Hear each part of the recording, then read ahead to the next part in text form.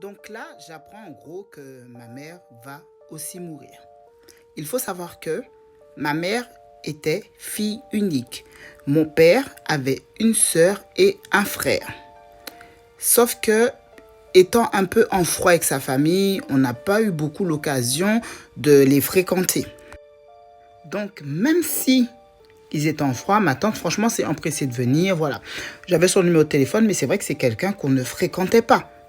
Mon père n'avait plus de parents et les grands-parents du côté de ma mère habitaient assez loin, mais à des centaines de kilomètres. Donc le temps pour eux d'arriver, voilà, j'ai été avec cette tante. Bref, il arrive un moment où on peut voir ma mère, elle est appareillée et en fait on lui parle, mais enfin, je ne sais pas comment on est exactement quand on est dans cet état-là, mais en tout cas avec mon frère, on parle à notre mère, on est triste, on pleure, on est désemparé. On a dû la débrancher parce qu'il n'y avait plus aucun espoir pour ma mère. Ensuite est arrivé le moment des funérailles. Il fallait contacter les assurances. Mes parents nous avaient systématiquement mis, mon frère et moi.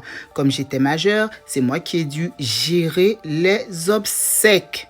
À 19 ans, j'ai dû gérer l'enterrement de mes parents. Heureusement que mes grands-parents, côté maternel, sont arrivés après et m'ont soutenu dans cette épreuve.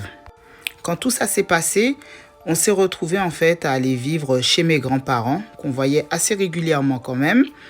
Du coup, entre-temps, on a dû vendre la maison pour des questions de succession. Mon petit frère a vraiment très mal vécu la situation. En fait, comme il était jeune, parce que moi aussi je l'ai mal vécu, mais j'étais quand même plus réfléchi que lui, il a fait plusieurs TS. Le pauvre, il était complètement ravagé par cette histoire. Histoire qu'il n'arrivait pas à gérer surtout. Parce que dans notre famille, nous étions tous ravagés par cette histoire-là, mais après, chacun le vivait à sa façon. J'ai continué mes études, mon frère, c'était bien plus compliqué pour lui. Franchement, je vous dis de vous à moi, il a mal tourné.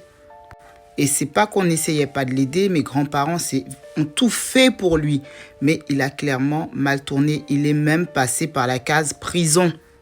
Il avait fait tellement de choses entre ses 15 ans et ses 18 ans. Pas qu'on le laissait passer, il avait quand même des condamnations, mais du sursis et tout ça. Et à un moment, ça n'a plus marché et il a dû faire 4 mois de prison. Moi, après, quand j'ai eu 24 ans, j'ai rencontré quelqu'un, je me suis installée avec la personne et j'ai fait ma vie de femme. Depuis, mon grand-père est décédé, il ne reste que ma grand-mère. Mon père n'avait plus de parents. J'ai gardé un petit lien quand même avec ma tante, un peu plus que celui que j'avais avant que tout ça n'arrive. Donc profitez de vos proches tant que vous avez la possibilité.